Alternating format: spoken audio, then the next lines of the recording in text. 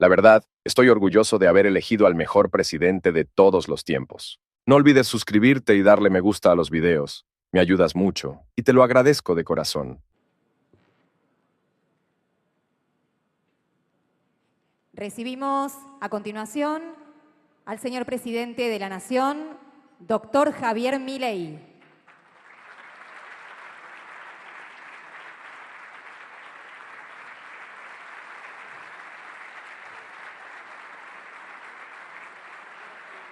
El señor director general de la Fundación, Manuel Guisone, y el señor secretario del Consejo de Administración de la Fundación, Fernando Sabino, entregarán al señor presidente de la Nación el premio Alberdi a la valiente defensa de la libertad, destacando las cualidades profesionales, políticas y morales del señor presidente.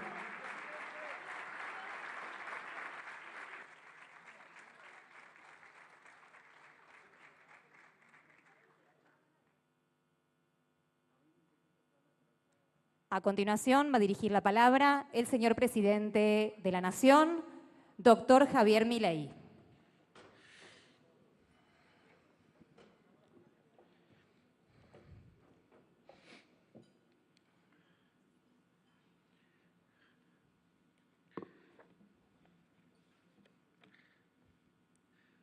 Buenas tardes a todos.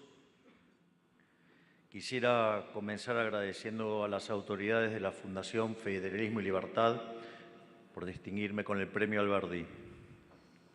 Es un orgullo para mí ser merecedor de semejante distinción y es un placer estar presente una vez más aquí en Tucumán, la tierra de nuestro máximo prócer y padre de nuestra primera Constitución, Juan Bautista Alberdi. En particular, quiero reconocer a la Fundación por haberme apoyado y brindado un espacio de expresión durante tantos años, incluso cuando los liberales éramos muy pocos y defender la libertad era considerado una herejía. Hoy, en parte gracias al trabajo hecho por fundaciones como esta, Argentina tiene el primer presidente liberal libertario de la historia de la humanidad. Quiero aprovechar también esta tarde para reflexionar con ustedes sobre tres pilares que han sido característicos de nuestro gobierno: el poder de la verdad, el poder del orden macroeconómico y el poder de la libertad.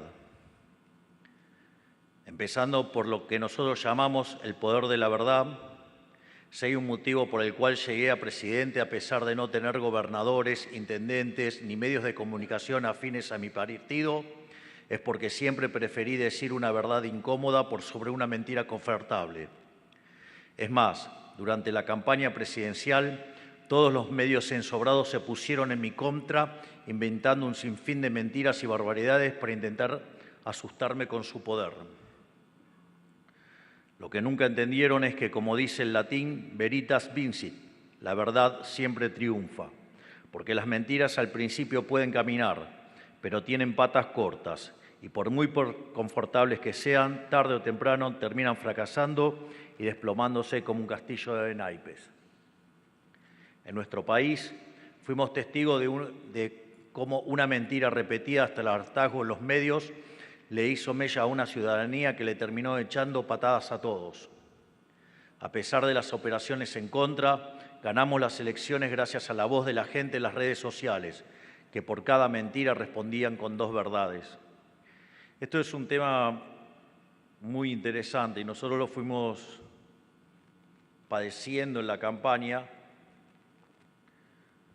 De hecho, yo recuerdo que el primer asesor que tuve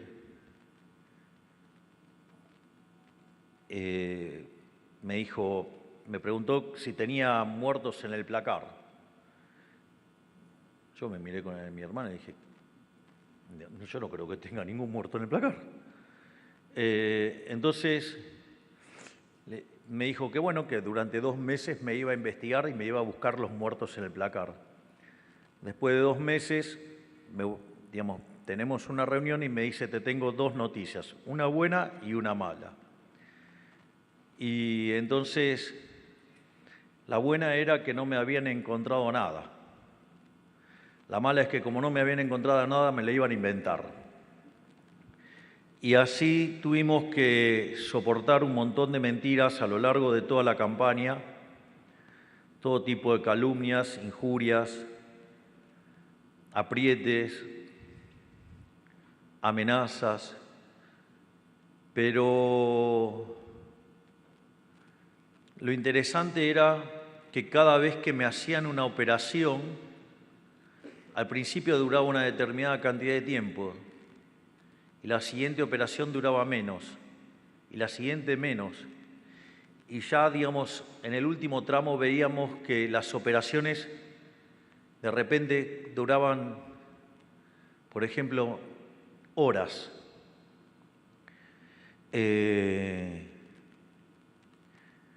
Entonces, en ese sentido, la realidad es que la verdad siempre triunfa y también, como decías, Mises, que usa una frase de Virgilio, que no hay que ceder frente al mal, sino que hay que enfrentarlo con muchísima más fuerza. Creo que nosotros hicimos eso y gracias a eso pudimos llegar a esta situación increíble de haber ganado las elecciones con un apoyo masivo y que afortunadamente podemos decir que no estamos defraudando porque cada una de las promesas de campaña las estamos cumpliendo.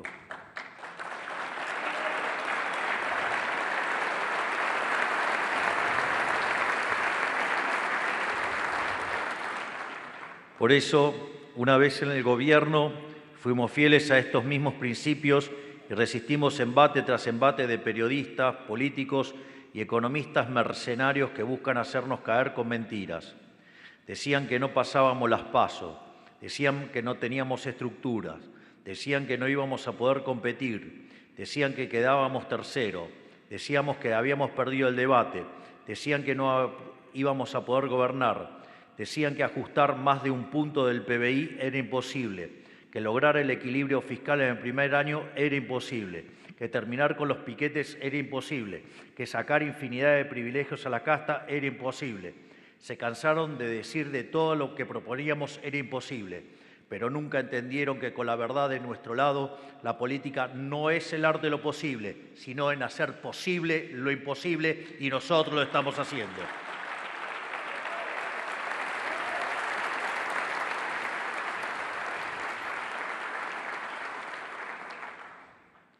El segundo aspecto tiene que ver con el poder del orden fiscal y de una macroeconomía ordenada. Entonces, justamente el segundo poder del que les quiero hablar es el del poder de una macroeconomía ordenada y la austeridad fiscal. Digamos, para entender, digamos, dónde estábamos, o sea, cuando nosotros asumimos la tasa de inflación venía en diciembre corriendo al 1% diario, algo que anualizado es 3.700%.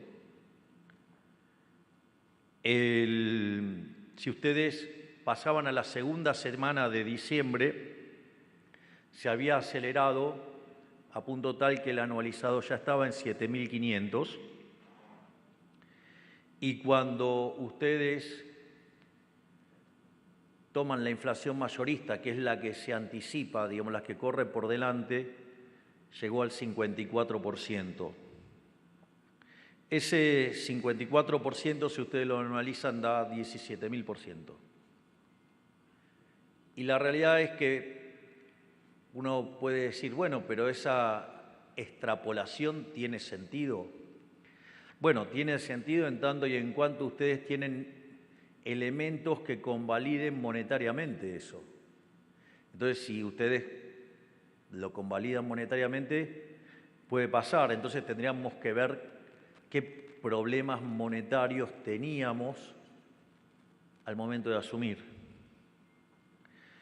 En principio, como todo caso donde se tiene un tipo de cambio fijo y donde además se tiene una política fiscal desequilibrada y se emite dinero y se intentan controlar precios, ustedes generan una brecha. La brecha llegó a estar en niveles del 200%, es decir, la diferencia entre el tipo de cambio oficial y el paralelo era una relación 3-1.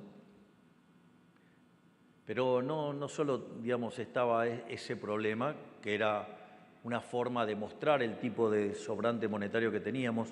De hecho, la primera vez que hablé aquí, en esta fundación, aquí en Tucumán, este mismo lugar, presentando un libro que se llamaba Política Económica Contrarreloj. Por eso me resulta raro que hay, digamos, un estúpido ensobrado en un programa de televisión que dice que yo llegué sin plan. Yo venía hace más de 10 años diciendo qué había que hacer en Argentina, que es justamente lo que estoy haciendo, dicho sea de paso. De hecho, el otro día vi que había un tuit de un liberal llamado Iván Carrino, que justamente lo que estaba proponiendo era contar lo que yo decía en ese libro, porque justamente es lo que estamos haciendo.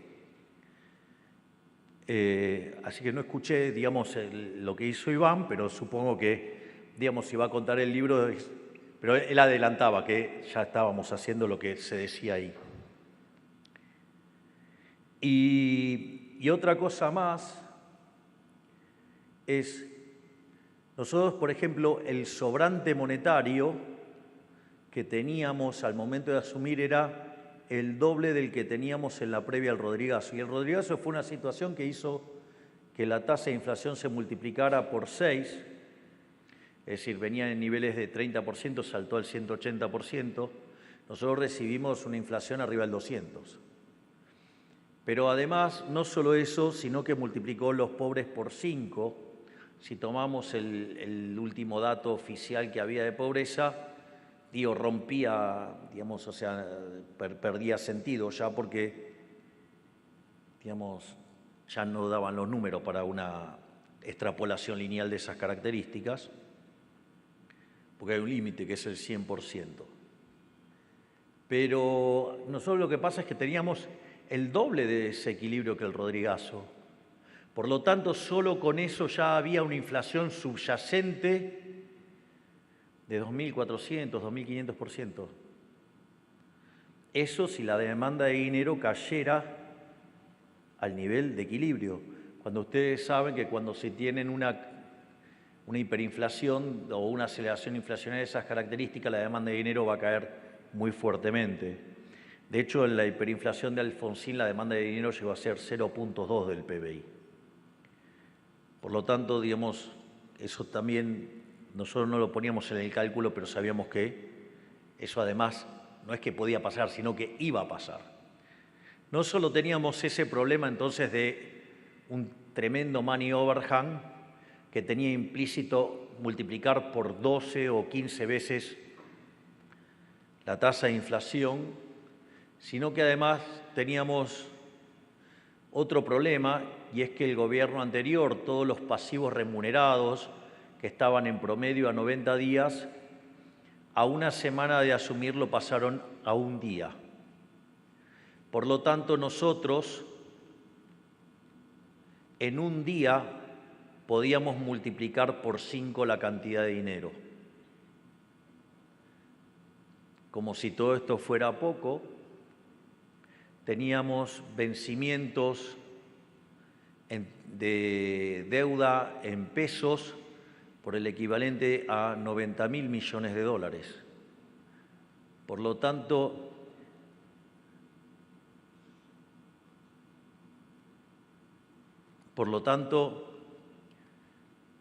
en ese contexto, imagínense lo que hubiera sido, o había un default, o había una explosión de pesos que generaba una hiperinflación. Si había default, también teníamos el problema de la CIRA, que eran cerca de 43.000 millones de dólares, y los dividendos atrapados. Por lo tanto, teníamos un problema además de divisas que generó el gobierno anterior de más de 50.000 millones de dólares, reservas internacionales netas negativas. Por lo tanto, si nosotros, en lugar de comportarnos como liberales libertarios, digamos, hubiéramos actuado como liberales libertarados, que son muchos de esos imbéciles que se ponen la etiqueta y la cucarda de liberales y dan recomendaciones que hubieran prendido fuego miramos al país, sin ir más lejos, la estupidez más grande la dijo el imbécil de Jope, donde dijo, no, lo más fácil era cerrar el Banco Central, y se olvidó que, claro, como carece de conocimientos de teoría monetaria, no se dio cuenta que los pasivos monetarios, si usted no lo honra, valen cero. Eso significa que el nivel de precios se va a infinito, o sea, una hiperinflación. Si hubiéramos tenido una hiperinflación, que era lo que quería el gobierno saliente,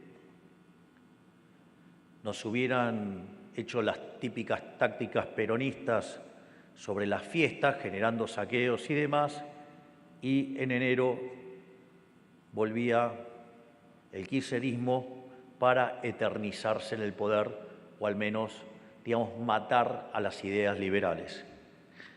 Por lo tanto, digamos, a veces no es gratis dejar de lado las restricciones que uno enfrenta. Por lo tanto, digamos, con todos estos elementos que había para potenciar la evolución y alimentar la suba de precios, 17.000, sí, digamos, casi que le diría que nos estaban haciendo precios si pasaba eso. Pero no solo eso, sino que además nosotros enfrentábamos un desequilibrio fiscal de 15 puntos del PBI, 5 en el Tesoro Nacional y 10 en el Banco Central, con el agravante que los 10 del Banco Central generaban emisión endógena. Y nosotros, digamos, que entendemos a la inflación como una pérdida del poder adquisitivo del dinero, consideramos que la inflación es siempre y en todo lugar un fenómeno monetario generado por un exceso de oferta de dinero, ya sea porque sube la oferta, porque cae la demanda, o pasan las dos cosas a la vez que generan una pérdida del poder adquisitivo del dinero y por ende los precios suben. Bajo esa situación nosotros lo que teníamos que hacer era cortar la emisión monetaria. Y para cortar la emisión monetaria, que además el gobierno anterior había emitido para financiar déficit por 13 puntos del PBI, había que cortar con el déficit fiscal. Recuerdo que cuando yo decía que íbamos a ajustar, por ejemplo, en el Tesoro 5 puntos, decían que eso era imposible, que eso no lo podía hacer nadie, que no había forma de hacer semejante cosa, que de ninguna manera se podía hacer, que como mucho se podía bajar 1 punto por año. De hecho, el Fondo Monetario Internacional, que teníamos el acuerdo caído, con que alcanzáramos las metas del acuerdo caído les alcanzaba. Y de hecho no podían creer que nosotros estuviéramos proponiendo un ajuste de 5 puntos del PBI para el año 2024. Y ahí, con el coraje de todo mi equipo y muy especialmente por el equipo de Toto Caputo, el Banco Central comandado por Santiago Bausili, nosotros empezamos esta labor de terminar con el déficit fiscal y ya en el primer mes del año alcanzamos el equilibrio fiscal. Primero nos dijeron que era porque estábamos mintiendo los números, después porque era transitorio, después que en algún momento íbamos a ceder, que después nos iban a llevar puesto. Hoy les voy a confirmar que el año 2024 Argentina cierra con equilibrio fiscal en la línea financiera.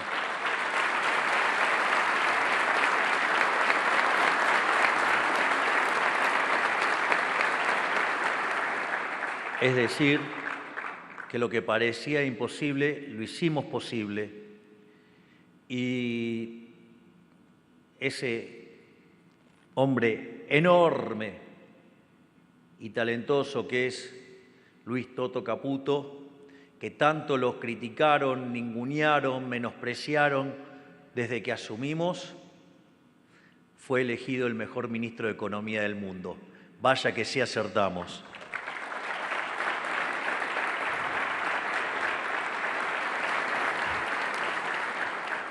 Por otra parte, nuestro férreo compromiso con la política fiscal y el equilibrio presupuestario nos permitió ir ganando confianza en los mercados. Recuerdo que cuando nosotros ganamos el riesgo país estaba en 3.000, cuando asumimos estaba en 1.900, y el punto es que el equilibrio fiscal en la línea financiera hace que uno no tenga que tomar deuda. Y si uno no tiene que tomar deuda, con que el PBI se desplace con lo que crece la población, la relación deuda-producto es decreciente y por lo tanto uno es solvente. Y eso permitió dos cosas. No solo que hoy el riesgo país está debajo de los 700 puntos básicos, concretamente es 665, sino que además esta situación nos permitió ir limpiando la hoja del balance del Banco Central. Y mientras que todos decían que nosotros teníamos que subir la tasa de interés, lo cual nos hubiera llevado a una situación muchísimo más explosiva en términos de pasivos remunerados, de expectativa de inflación, y por ende hubieran estado hablando del carry trade todos los días y nos hubiéramos pegado la piña del siglo. Nosotros estábamos convencidos que la tasa de interés no era el mecanismo por hacer política monetaria. Nosotros estábamos convencidos que lo que había que hacer era controlar la cantidad de dinero. Y para eso había que cerrar el déficit fiscal y el cuasi fiscal y bajamos la tasa de interés. Y lo más interesante de todo esto es que con el correr de los meses pudimos ir limpiando el balance del Banco Central y en 6 meses terminamos de limpiar el balance del Banco Central. Quiere decir que en 6 meses de gobierno hicimos un ajuste de 15 puntos del PBI, es decir, hicimos el ajuste fiscal más grande de la historia de la humanidad. Y eso se tradujo en una caída de la tasa de inflación. La tasa de inflación mayorista del último mes fue del 1,4%, es decir, pasamos de viajar al 17.000 a viajar a poco más del 15. Pero no solo eso, si ustedes consideran que nosotros tenemos un closing peg de 2% y la inflación internacional, eso le da cerca de 2,5% mensual. Quiere decir que Argentina hoy, si no fuera por la inflación inducida del crawling peg, Argentina tiene una deflación mensual del 1%.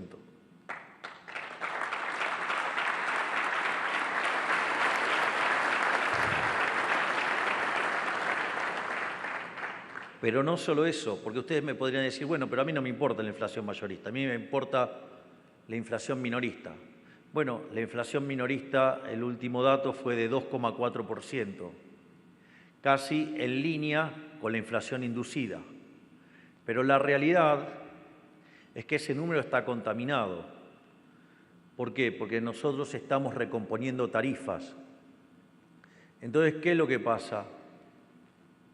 Cuando ustedes miran la inflación en bienes, fue de 1,6%, y la de servicios, muy impactada por los ajustes de tarifas, fue 4,4%. Por lo tanto, digamos, hay una parte de la inflación que se explica por la recomposición tarifaria del desastre que hizo el kirchnerismo reventando a las empresas reguladas. Por lo tanto, la inflación, digamos, estaría viajando al 1,6%. Y si le resto la inducida, quiere decir que estamos también en una deflación de 0,9%. Es decir, hoy la Argentina viaja a un ritmo de una deflación del 1% mensual, o sea, 13 anual. Es decir, para tener un orden de magnitudes de lo que hicimos. Si uno lo toma en términos de alimentos, es menos del 1%. Y si lo toma en términos de la canasta básica alimentaria es un poquito más que 1, y si lo mira en términos de canasta básica total, digamos, es en torno de 1.4.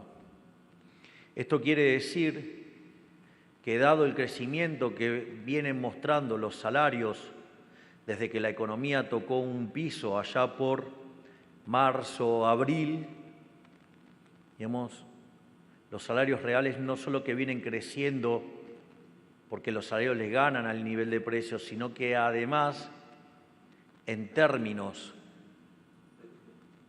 de pobreza e indigencia, estamos obteniendo resultados muy importantes. Y entonces el punto es, ¿y cómo nos va con la pobreza? No sé si están al tanto, pero hoy se publicaron datos de un estudio realizado en base a la metodología del INDEC por el instituto que mira los problemas de distribución del ingreso en la Universidad de La Plata y que están alineados con lo que calculó la UCA y que hoy el Ministerio de Capital Humano informó. La pobreza del primer trimestre, que estaba en el 54,8%, el dato de pobreza que se conoció el día de hoy es de 38,9%.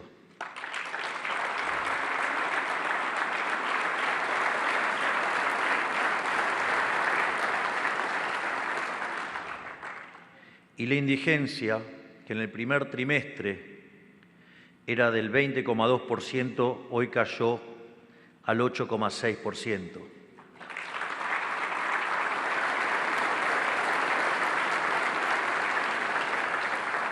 Es decir, que aún habiendo hecho el ajuste fiscal más grande de la historia de la humanidad y decían que se iba a destruir el nivel de actividad económica, la recesión terminó entre marzo y abril. A partir de ahí la economía se está expandiendo a un ritmo del 10% anual. Cuando toman el PBI del tercer trimestre se expandió 3,9%, es decir, que la economía se viene expandiendo a un ritmo del 17% anual.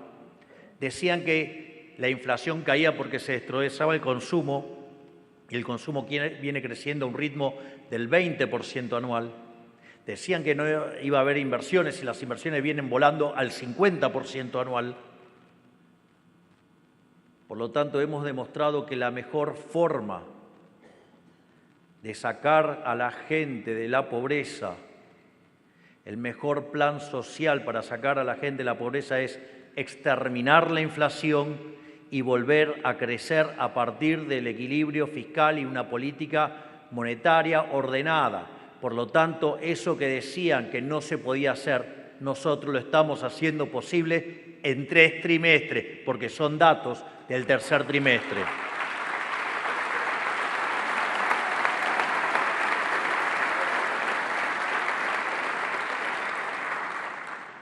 Pero no solo eso. Nosotros, cuando miramos la historia, hay un trabajo maravilloso de 3 economistas, Gerardo de la Paulera, Bossoli e Irigoyen, que se llama Passing the Buck. Y lo que hace es tomar el índice de presión macroeconómica desarrollado por Barro. Si les digo que se me metió un pelo en los ojos, me lo van a creer seguro, porque la gestión me ha dejado menos pelo, pero todavía tengo bastante. Y básicamente aplica el índice de presión macroeconómica de Barro y con eso compara todos los gobiernos de la historia argentina. Y el gobierno de Menem, el primer gobierno de Menem, fue el mejor gobierno de la historia.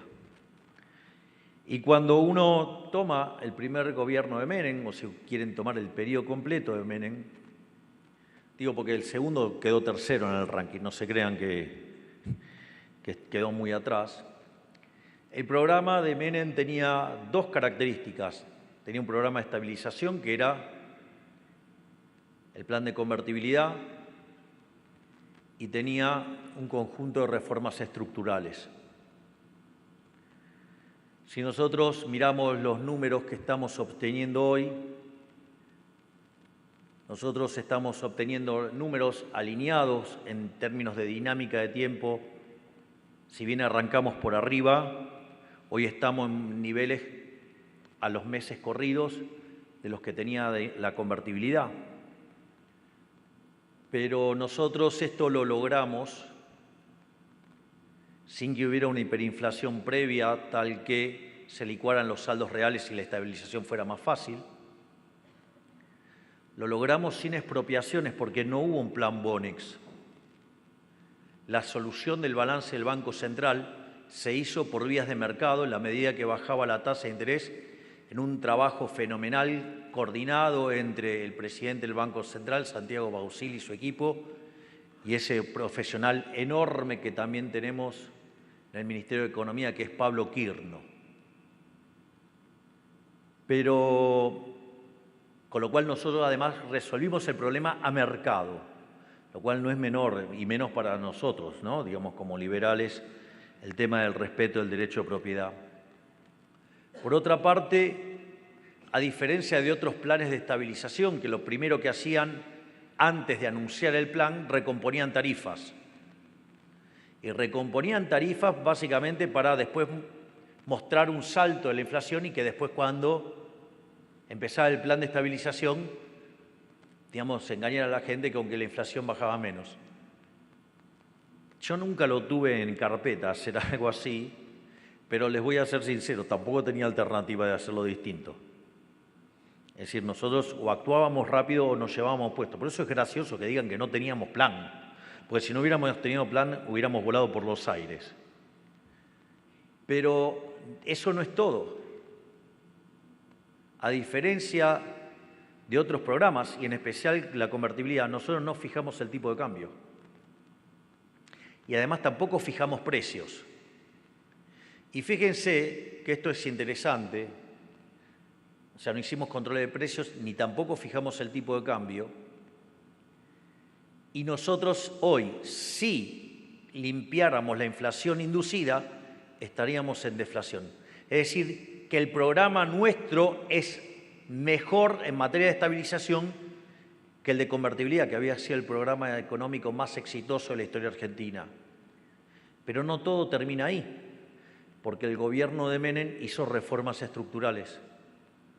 Y nosotros, solamente con 15% de los diputados y 10% de la Cámara de Senadores, y ahora, digamos, voy a hacer el agradecimiento a todos aquellos que no son de la Libertad Avanza y apoyaron fuertemente, como el gobernador Jaldo o el gobernador Jalid, a quienes les agradezco enormemente.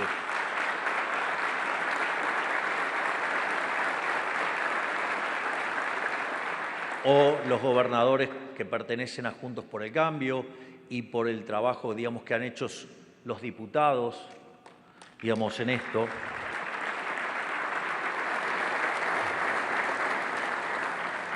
Nosotros hicimos la reforma estructural más grande de la historia argentina. Hicimos una reforma estructural 8 veces más grande que la de Menem, que es la suma del DNU 70 más la ley base.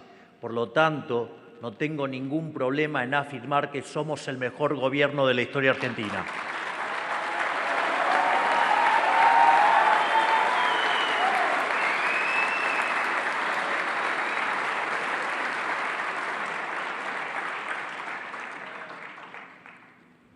También, digamos, deseo reconocer el fundamental aporte del bloque de diputados del PRO, que también trabajó mucho con nosotros, nos ayudó mucho, digamos, que está conducido por Cristian Ritondo, quien hoy está siendo víctima de operaciones y persecuciones, justamente por ayudarnos y colaborar, y que si bien, digamos, hemos arrancado de espacios distintos, hoy nos encuentra cada día más cerca de este reordenamiento ideológico del que tanto hablé durante años. Siempre dije que la política le debía a los argentinos un reordenamiento ideológico. Que por un lado, digamos, estén los que defienden las ideas de la libertad y por otro lado los colectivistas, que se saquen la careta y que digamos, todos aquellos que están dispuestos a defender las ideas de la libertad, nosotros los vamos a abrazar y nos vamos a juntar con todos ellos que quieran defender el derecho a la vida, a la libertad y a la propiedad, porque abrazando las ideas de la libertad, Argentina va a ser grande nuevamente.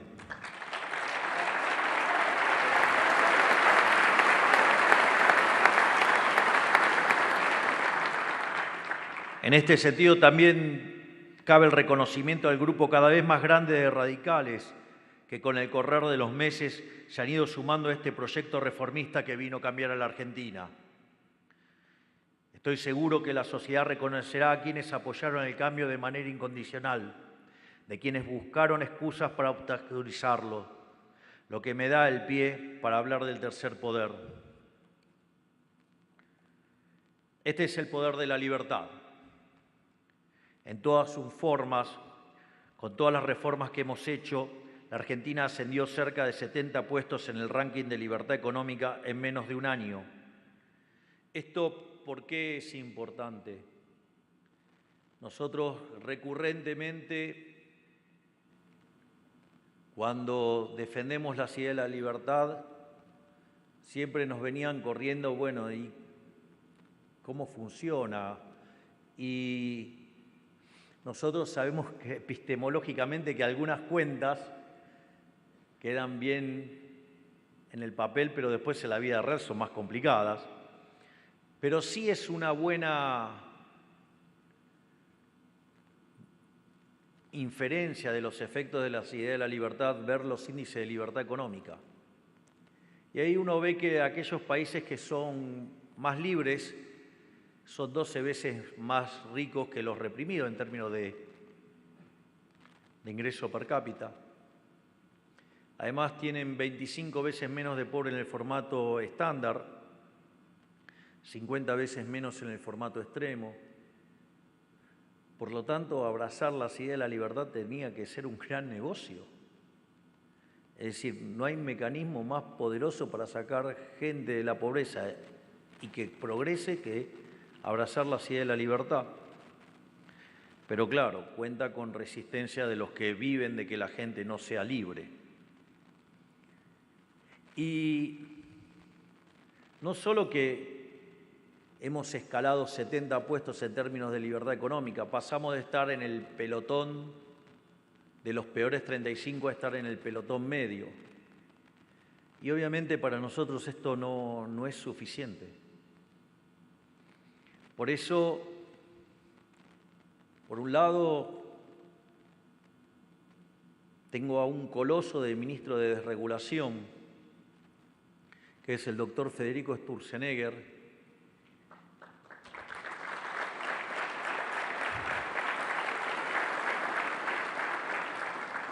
quien básicamente le hicieron un cómputo de que saca unas regulaciones a un ritmo de 1,8 por día, pero la realidad es que lo hicieron computando en términos anuales, y el ministerio de Federico arrancó la mitad del año. Por lo tanto, saca cerca de 4 regulaciones por día, lo cual ayuda a bajar los costos, a hacernos más competitivos, a ganar libertad. Y además tenemos 3.200 reformas estructurales pendientes. Por lo tanto, mi compromiso es que cuando yo deje el poder en la Argentina, Argentina va a ser el país más libre del mundo.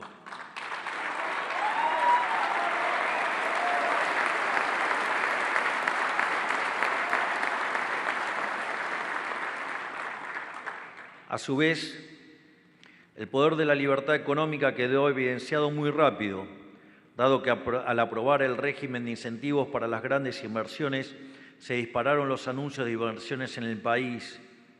Fíjense que ya tenemos pedidos de RIGI por cerca de 15.000 millones de dólares y anuncios en términos de 60.000 millones de dólares.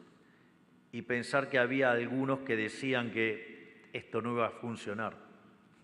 justamente aquellos que destruyeron el capital y los que además se ufanan de destrozar el capital. Por lo tanto, esta fue la prueba más cabal de que cuando el Estado se corre del medio y deja de morder donde no le corresponde, el comercio y la prosperidad florecen generando empleo donde antes no lo había. De hecho, dijeron que íbamos a generar un brutal desempleo. El último dato de desempleo, con salarios reales creciendo, que dicho sea de paso, cuando asumimos el salario básico era de $300 y hoy es de $1.100, el último dato muestra que la tasa de desempleo cayó al 6,9%. La verdad que no sé a qué se van a dedicar los keynesianos, los estructuralistas, los neokeynesianos, los heterodoxos y toda esa manga de bestias que vivieron arruinándole la vida a los argentinos por casi 90 años. Así es que, bueno, me imagino que quemarán sus credenciales o se volverán liberales.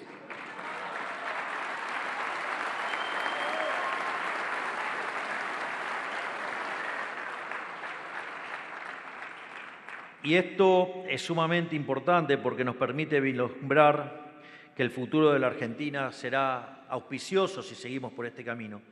Les voy a contar, y prometo que me salgo esta vez del discurso y otra vez más y no me salgo más. Días atrás tuve la suerte de hablar con una serie de economistas brillantes y dentro de esos economistas brillantes tuve la suerte de hablar con el profesor Juan Pablo Nicolini, doctor de la Universidad de Chicago, en algún momento, digamos, fue rector de Ditela, o sea, él asumía como rector y yo, digamos, estaba egresando de la maestría. Y nos encontramos porque él publicó un artículo que me resultaba muy interesante, donde mostraba que utilizando una serie de estructuras matemáticas diseñadas por Robert Lucas Jr., que en paz descanse,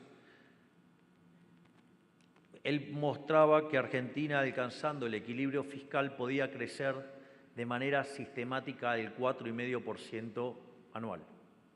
Por ejemplo, en básicamente 10 años podemos subir nuestro PBI per cápita en un 50%. No solo eso, sino que entonces nos pusimos a hablar sobre la situación de Argentina.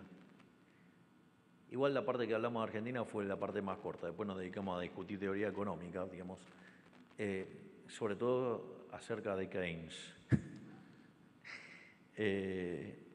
Pero al margen de eso, lo interesante es que lo que me mencionaba el profesor Juan Pablo Nicolini es que eso era equilibrio fiscal, solo equilibrio fiscal. Esto quiere decir que no había una distinción si esto era en base a ajustar el gasto o subir los impuestos. Y nosotros como liberales sabemos que esa diferencia es fundamental. Digo, porque la Unión Soviética también podía tener equilibrio, ¿no? Pero no había libertad. Entonces, quiere decir que por el tipo de ajuste que nosotros hicimos, donde básicamente la parte más grande fue en el sistema financiero, digamos, el cuasi fiscal, donde los bancos no trabajaban de banco, tomaban la plata del sector privado para dársela al Estado. Por lo tanto, no trabajaban de bancos. Eran cómplices de un ladrón que es el Estado. Pero no solo eso, sino que además de lo que tiene que ver con el ajuste en el Tesoro, nosotros ese ajuste del Tesoro, que implica un ajuste de 5 puntos, fue más que 5 puntos, fueron 7 puntos. Y ese diferencial nosotros lo aplicamos para dar contención a los más vulnerables y recomponer las jubilaciones. De hecho, hoy las jubilaciones están por encima en términos reales de las que nosotros recibimos en el 2023 y además, si la toman en dólares, se más que duplicaron. Pero no solo eso, sino que, además, el gobierno anterior vivía haciendo gala de su contención a los pobres, y entre la tarjeta alimentaria y la AUH cubría el 50% de la canasta básica alimentaria. Y nosotros, gracias a la tarea y la labor enorme de la ministra Sandra Petovelo, hoy cubrimos el 100% de la canasta básica alimentaria.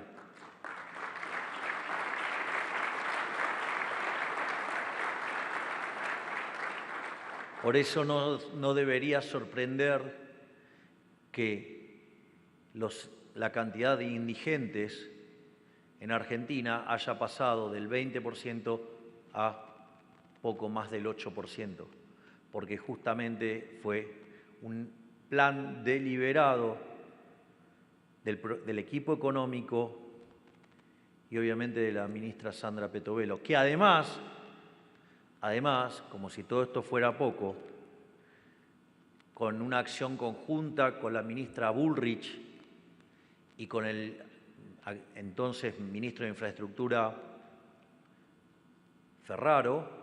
Guillermo Ferraro, además lograron terminar con algo que parecía imposible en Argentina, y es terminar con los piquetes y con los gerentes de la pobreza.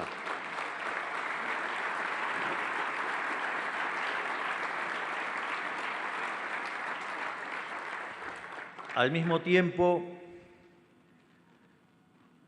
para ser más claro, igual creo que soy claro, pero para ser más claro, nosotros buscamos liberar el comercio porque entendemos al comercio como una herramienta pacífica que convierte a los enemigos en clientes y a los competidores en colaboradores. El comercio desdibuja las fronteras y une pueblos enemistados. El comercio hace que decida el cliente y así se somete a las empresas a una competencia sana en la que prospera la inventiva y el proceso de descubrimiento colectivo, que en efecto terminan generando riqueza y sacando a la gente de la pobreza. Ahora, juro que esta es la última que salgo del libreto. Bueno, es que somos un gobierno que, si ustedes se fijan, yo hice un reportaje con Susana Jiménez y en un momento Susana Jiménez me preguntó cómo íbamos a ir, si íbamos a salir, qué reflexión podía dejar. Y yo le dije, no tengan duda que a partir de ahora solamente vienen buenas noticias. Bueno, lo que no me imaginé que eran tantas por día.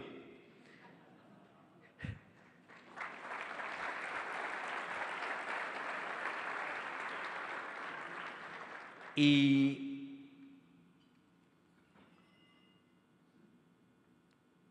hace pocos días me tocó asumir la presidencia del Mercosur, la presidencia pro tempore, y ahí, digamos, yo planteé 3 cuestiones para el Mercosur. Una que tiene que ver con que trabajemos de manera conjunta en contra del narcotráfico y el terrorismo, y 2 cuestiones en términos de comercio. Que bajemos en lo que tiene que ver con el Mercosur propiamente dicho, que bajemos el arancel externo común y que eliminemos las barreras arancelarias, porque la verdad que así como está el Mercosur mucho no estaría funcionando. Pero hay una tercera línea que a mí me parece que es la más importante, y es que estoy proponiendo que los países miembros podamos negociar independientemente acuerdos de libre comercio, tratados de libre comercio con otros países del mundo. Y en ese sentido, he dicho que vamos a trabajar en Argentina para lograr un tratado de libre comercio con Estados Unidos. Y esto que parecía una quimera, hoy en el día de hoy, uno de los hombres que trabaja con Donald Trump dijo que está en agenda avanzar en la agenda de la libertad con la Argentina.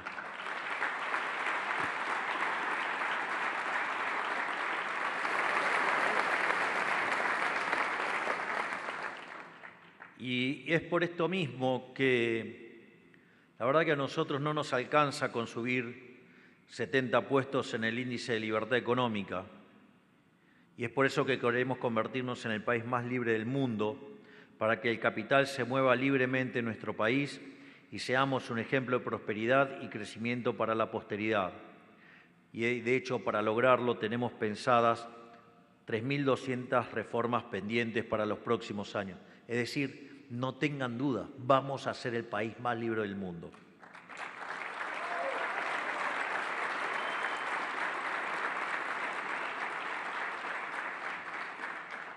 Naturalmente, devolverle la libertad a los argentinos no es una empresa exenta de costos y riesgos, porque implica necesariamente quitarle privilegios y beneficios a la política, a sus amigos y a los clientes.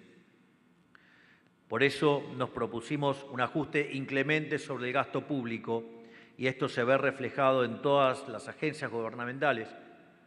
Mi video más visto en el mundo es, adivinen cuál, ¡afuera!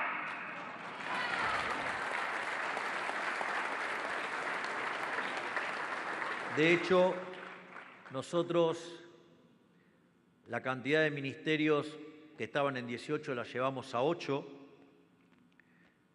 eliminamos secretarías, subsecretarías, direcciones, eliminamos organismos, digamos, que se dedicaban, por ejemplo, a perseguir ideológicamente a aquellos que no comulgaban con la izquierda, como por ejemplo el Ministerio de la Mujer o el INADI.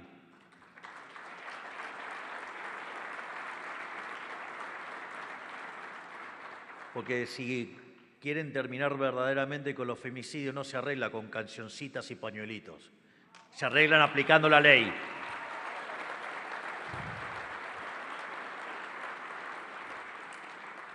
Y así es que eliminamos la obra pública, que eliminamos las transferencias discrecionales a las provincias. No solo eso, sino que bajamos los empleados públicos, eliminamos los contratos que vencían y quienes no tenían una tarea específica, bajamos los salarios de los funcionarios. De hecho, nosotros, desde que asumimos, no nos hemos aumentado el sueldo cuando podríamos haberlo hecho y no como hicieron en la Cámara de Senadores.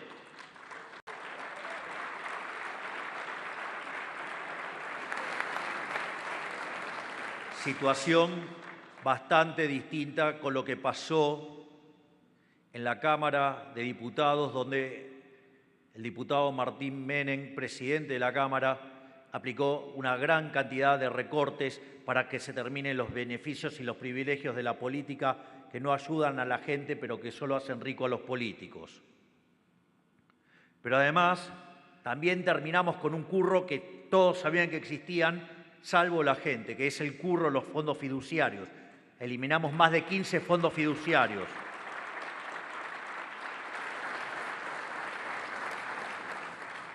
Y además eliminamos un montón de cajas de la política desde el mismo momento que asumimos. Y así continuamos todos los días, eliminando pozos deficitarios y regulaciones de todo tipo, aunque quienes viven de esas cajas se resistan. Todo esto lo que se logró, por muy antipáticas que fueran nuestras primeras medidas, no hayamos perdido un ápice de apoyo de la población, que cambió la mentalidad cortoplacista por una verdadera proyección a futuro anclada en el crecimiento. Y aquí quiero detenerme para hablar de ustedes. Como destaqué hace un rato al inicio de la presentación, es fundamental el rol de las fundaciones como esta en la batalla cultural que brindamos día a día porque las ideas de la libertad se propaguen. Nosotros, de hecho, decimos que trabajamos en 3 vías. Trabajamos la vía de la gestión, trabajamos en la vía de la política y trabajamos en la batalla cultural. Y entendemos que la batalla cultural es fundamental y es tan importante como las otras dos. Si no, fíjense, la izquierda siendo siempre y en todo lugar un fenómeno empobrecedor y asesino, porque nunca nos olvidemos que asesinaron a 150 millones de seres humanos por esa idea estúpida.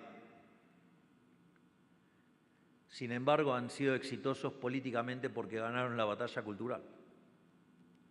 Y nosotros, cuando se cayó el muro, en 1989, cuando en realidad la verdadera caída del sistema socialista aplicado en su extremo en la vida real, en realidad se cayó cuando tuvieron que construirlo en 1961, cuando primero era solamente unas rejas, unos, digamos, alambres y demás, y después se terminó de hacer el muro.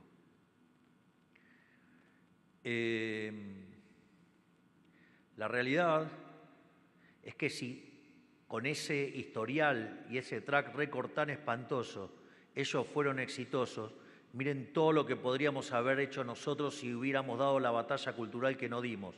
Por lo tanto, nosotros estamos profundamente comprometidos con la batalla cultural porque nosotros sabemos cómo gestionar, cómo generar riqueza, estamos despertándonos políticamente y si damos la batalla cultural como corresponde, vamos a tener sin duda 100 años de liberalismo y Argentina muy pronto será una potencia mundial.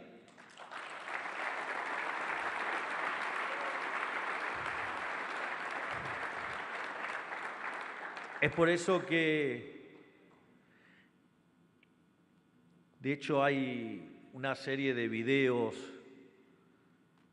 que hay sobre mi persona y es muy interesante porque mi primer aparición televisiva es del año 2014, es acá en Tucumán, es acá en este lugar, inventado por esta fundación y de fondo, increíble, que era color violeta y decía punto de partida. Es decir, sin una fundación Federalismo y Libertad invitando a Milei a hablar hace tantos años, no habría Milei presidente hoy. Gracias, Fundación Libertad, Federalismo y Libertad.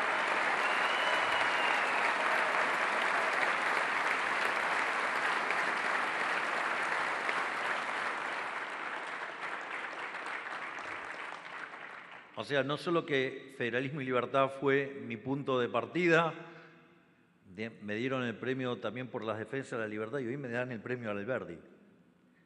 Gracias, están exagerando ya. Gracias.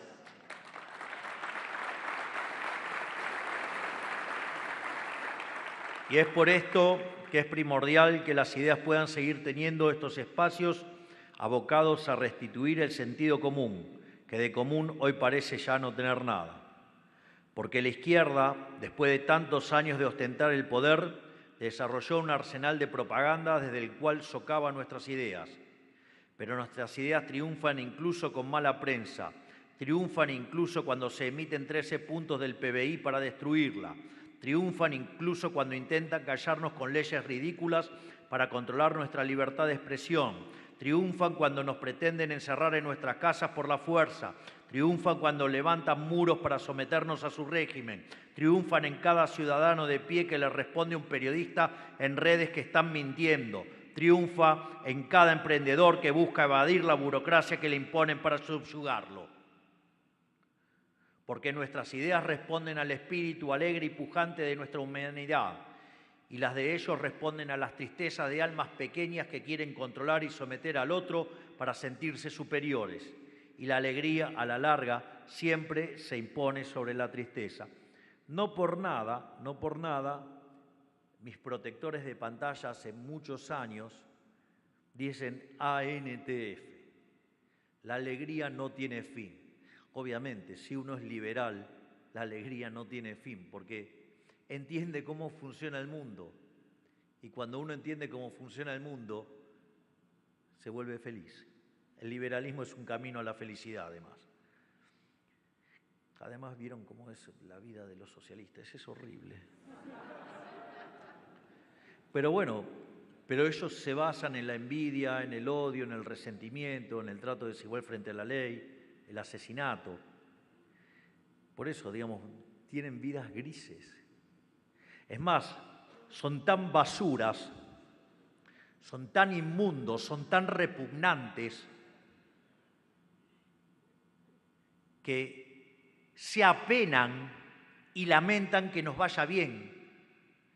Lloran porque la inflación baja, lloran porque el PBI sube, lloran porque suben los salarios reales, lloran porque baja la pobreza y porque mejoran las condiciones de vida de los argentinos, porque las ideas de mierda que tienen están perdiendo.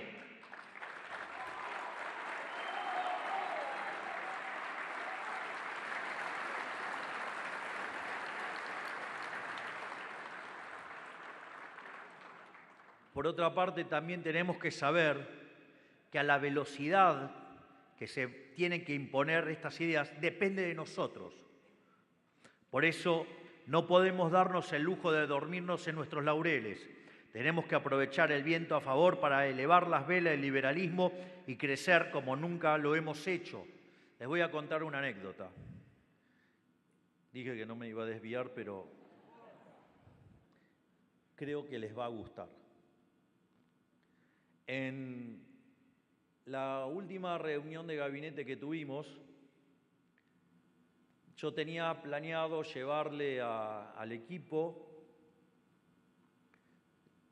digamos, un conjunto de encuestas que nosotros seguimos con cierta regularidad,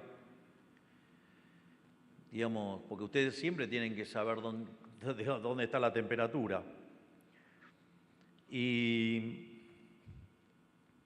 claro, y miraba los números y todos los números eran increíbles. Entonces, dije, solo le tengo que dar buenas noticias.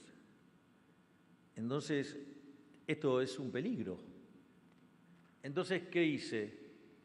Yo tengo una motosierra, en realidad tengo varias que ya me han regalado, pero hay una que la tengo directamente en mi despacho en Casa Rosada. Entonces, hice que, como en realidad es muy pesada, la hice llevar al Salón Eva Perón, que es donde nosotros tenemos las reuniones de gabinete, y la puse en la mesa donde nos reunimos con el gabinete. Entonces, cuando estábamos en la reunión, bueno, obviamente que iban llegando y se iban sorprendiendo, la motosierra, miraban, bueno, en un momento arrancamos. Y cuando arrancamos, empecé a dar toda la síntesis de números que teníamos. Y la verdad es que esto, ya sea en términos de imagen, en términos de gestión, en términos de apoyo a las distintas políticas y en una serie de cuestiones relevantes para tener en cuenta, digamos, en dónde estamos parados. Entonces, eran todas buenas noticias. Entonces, señalé a ese conjunto maravilloso de profesionales que me acompañan, que sobre todas las cosas, además son excelentes personas. Le dije que estábamos como en un partido de fútbol ganando 2-0. 2-0 es un resultado extremadamente peligroso, porque si ustedes se confían, les pueden dar vuelta el partido. Por lo tanto, era un momento de cuchillo entre los dientes y a meter pierna fuerte sin parar. Y la forma de meter más fuerte la pierna en esto es con más motosierra. Y por eso, digamos, en este momento, no solo, digamos, el doctor Sturzenegger está trabajando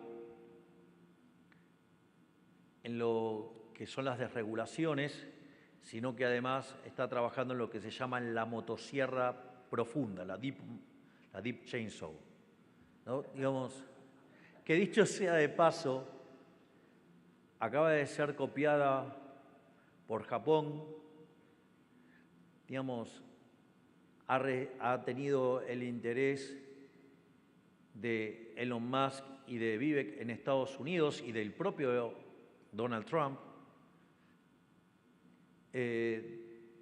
Digamos, de hecho, a Federico lo puse en contacto también con Giorgia Meloni. Digamos, el otro día en el Parlamento alemán pedían motosierra a la Milei.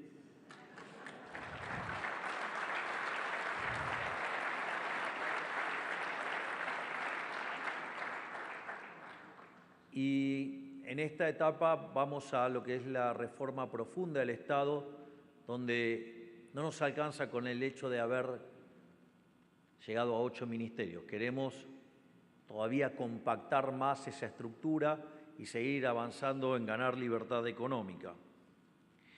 Y, por lo tanto, digamos, como le decía antes, no nos podemos dormir en nuestros laureles, tenemos que aprovechar estos vientos y aprovecharlos, digamos, porque tenemos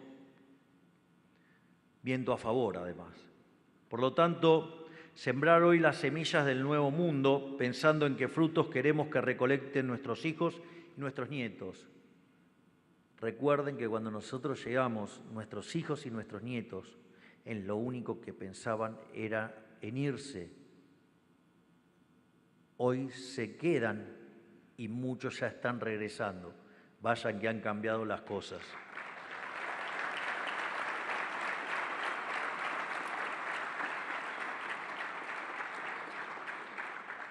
Por eso necesitamos formar líderes y evangelizadores que lleven la idea de la libertad a cada rincón del país.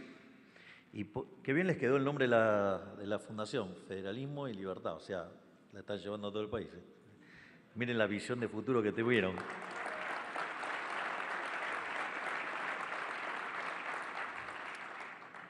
Y hago una pregunta, ¿y por qué tampoco no pensamos en llevarla al mundo entero, no?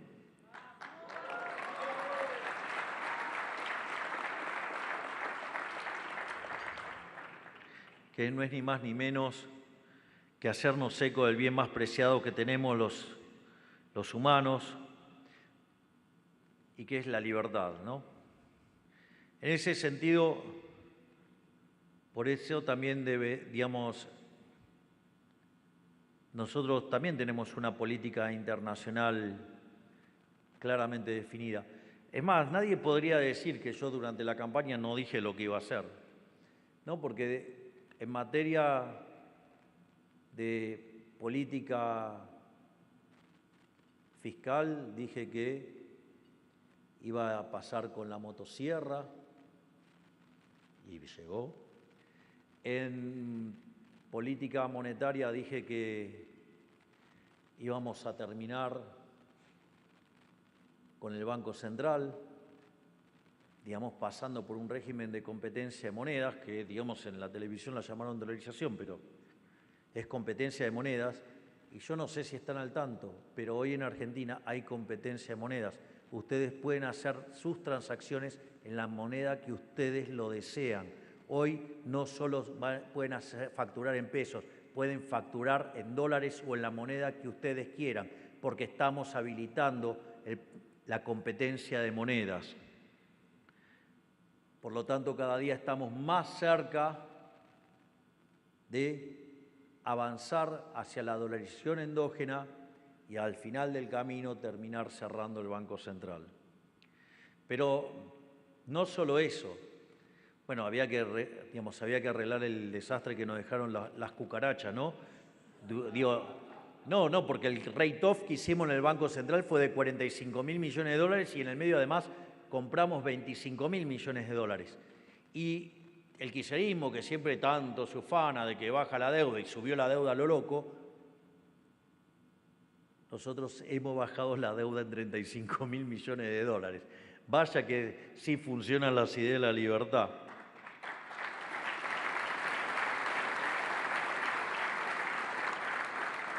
Y también en materia de seguridad, nosotros dijimos que íbamos a barrer con la inseguridad. Y vaya que la ministra Bullrich está haciendo un trabajo enorme, un trabajo fenomenal. Vean lo que pasó con el Plan Bandera en Rosario. Bajaron los homicidios en un 70%.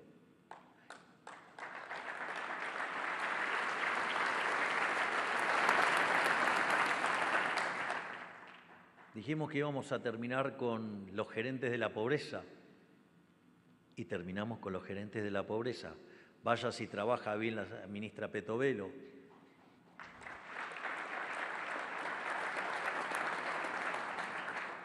Y en materia internacional dijimos que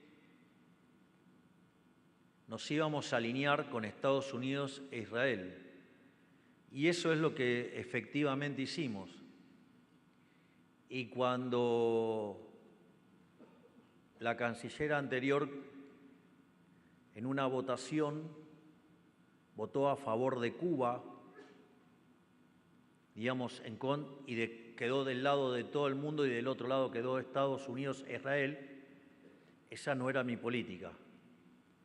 Y así como no tuve ningún reparo en echar a mi mejor amigo, en 30 minutos eché a la canciller y tengo otro canciller.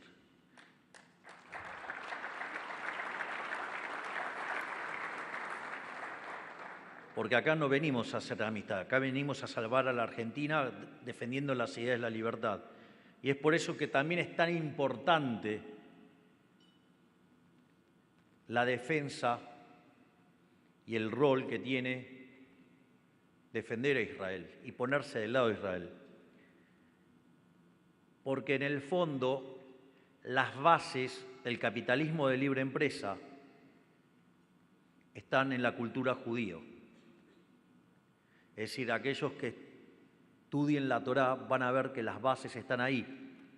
Es más, ustedes tienen el trabajo de Weber, ¿no? Digamos, o sea, sobre, digamos, la ética protestante, que no es ni más ni menos que rescatar también desde el lado de aquellos que creen en Jesucristo como el Mesías, pero rescatar también las enseñanzas del judaísmo. Y eso es lo que construye la base de nuestro sistema capitalista. Por eso a Israel no solo lo atacan sus enemigos de la región, Israel es continuamente atacado por toda la izquierda internacional, porque saben que si rompen a Israel, rompen los valores de Occidente y con eso se cae el capitalismo y van a poder avanzar en la agenda colectivista. Por ende, más allá de lo que me puedan acusar sobre mis preferencias, defender la causa de Israel es defender una causa justa porque es la causa de la libertad.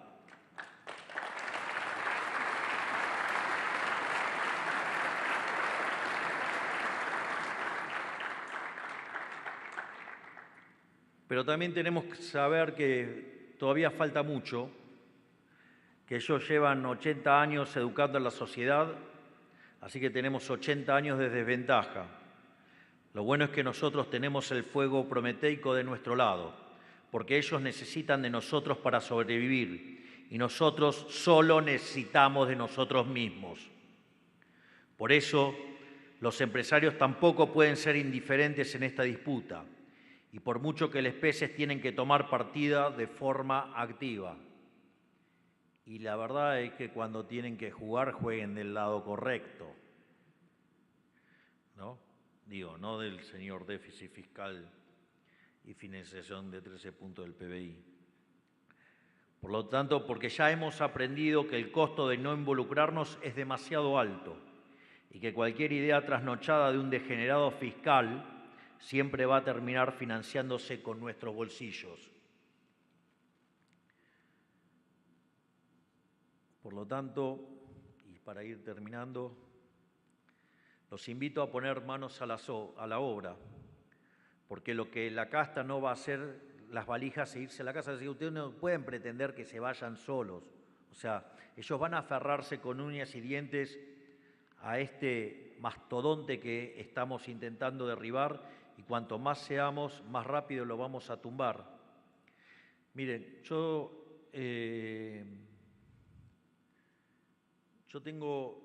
suelo usar una frase que es, mire, ustedes pueden ir a un partido de Argentina y el partido, van a la cancha, ustedes miran el colorido de las tribunas, es fabuloso, los cánticos, toda la ceremonia previa, el durante, es algo verdaderamente, es un espectáculo en sí mismo. Digo, no por nada el espectáculo deportivo más importante del mundo es Boca River en cancha de Boca. Es decir, quiere decir que los argentinos con el fútbol tenemos así una mística muy particular. Y eso, además, tenemos el mejor jugador de fútbol de toda la historia, de todos los tiempos, que es el más grande de todos, que es Lionel Messi. Y ahora, ustedes ponen la pelota en el medio y la hinchada puede gritar todo lo que quieran, todo, pero ¿saben qué pasa con la pelota? No se mueve. No se mueve. Es decir, si ustedes quieren ganar el partido, se tienen que involucrar. Se tienen que poner los cortos, se tienen que poner los botines y tienen que empezar a patear. No se arregla puteando desde la tribuna y mucho menos tirándole piedra a los propios. Por eso, si bien tiene que haber división del trabajo, tenemos que entender que la batalla cultural no solo, digamos, es en una oficina, en un escritorio, sino que también es en el campo de la política. Hay que entrar y hay que jugar y hay que ir y ganarles en la cancha. Y en ese sentido, lo que tienen que hacer es involucrarse y aquellos que se dedican, digamos, a estar en los escritorios, tratar de entender las restricciones que enfrentan los que toman decisiones. Yo recuerdo que en una de las cenas que tengo en Olivos con varios amigos,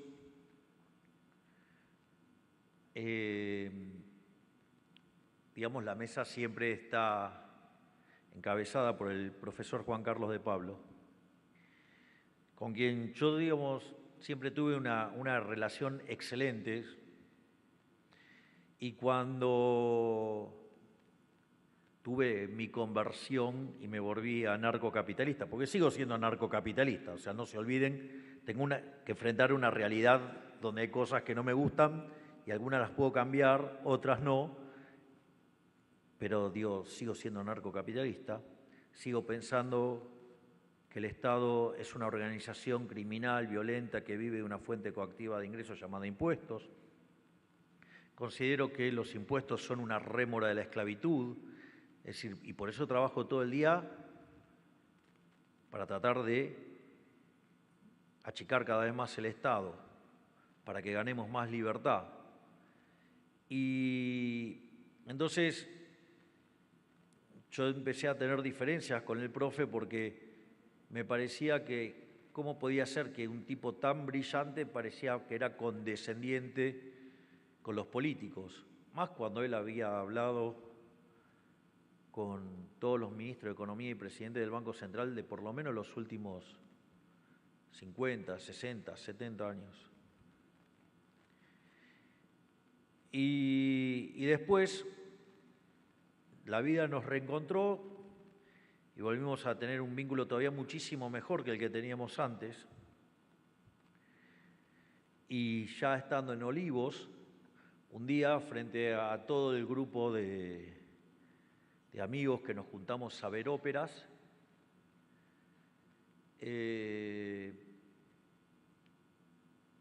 frente a todos ellos, y esto lo repito, así que es público ya, digamos, le pedí perdón al profesor de Pablo por haberme enojado en aquel momento. Y le dije que ahora entendía por qué, digamos, sus análisis, digamos, parecían contemplativos. No es que parecían contemplativos. Cuando uno está sentado en la silla eléctrica, hay muchísimas más restricciones que las que se ven de afuera. Y eso él además tiene tiene una reflexión que es brillante, ¿no? Porque dice, ¿qué pasa? Digamos, usted verdaderamente es un genio que ve un problema. O sea, la primera pregunta es, ¿por qué usted cree que Milei, Caputo y Bausili son tan boludos que no lo ven? Digo, sería la primera pregunta obvia. O sea, ¿usted cree que no lo ve? Pero supongamos que efectivamente usted es tan genio que efectivamente lo ve usted y no lo ve más nadie. Entonces, en algún momento eso se va a conocer, va a salir a la luz. Entonces, digo, ¿qué creen que puede hacer, digamos, estos tres en el momento que aparezca, descubran que hay un problema? Bueno, la primera es, no sé, se van. No está en el carácter de estos señores, no está, claramente, porque si no, no hubieran agarrado esta papa caliente. Y una vez que se entere, ¿qué cree que va a hacer? ¿La decide a no hacer nada o van a hacer algo? Y sí, van a hacer algo. Entonces, el punto acá es entender que uno toma decisiones con muchas restricciones y que a veces no es que uno no ve la situación, digo, lo que pasa es que tiene que contemplar un conjunto de restricciones que cuando uno está sentado en la silla eléctrica es más grande. Aún así, de vuelta, nosotros hicimos más que lo que hicieron todos los anteriores en más de 123 años. Si no, miren la cuestión, si hay algo que es medular es el equilibrio fiscal. Y nosotros, en el primer mes de gobierno, alcanzamos el equilibrio en el Tesoro, a los 6 meses en el consolidado. Y Argentina de los últimos 123 años tuvo déficit en 113 y en los 10 que no tuvo déficit es porque no pagaba los intereses de la deuda porque estaba en default. Por lo tanto, mire si nosotros estamos rompiendo los límites de lo que se consideraba imposible. Por eso, lo que sugiero es que nos involucremos, que nos metamos, que demos la pelea. Y para aquellos que deciden una posición no en el campo de batalla, no en la trinchera, y prefiere hacerla desde un lugar distinto, porque las personas no todas tienen las mismas preferencias y los mismos talentos, que aquellos que la llevan en el escritorio entiendan que los que estamos en el frente de batalla tenemos algunas restricciones adicionales. Sin más ni menos que todo esto, que tengan muy buenas noches, que las fuerzas del cielo nos acompañen y ¡viva la libertad, carajo! Muchas gracias. Señoras, señores, agradecemos y despedimos con este fuerte aplauso ¿Por dónde sale? al señor presidente de la Nación, a quien le fue entregado esta noche el premio Alberdi. Les pedimos por favor a todos permanecer en sus lugares. Muchas gracias.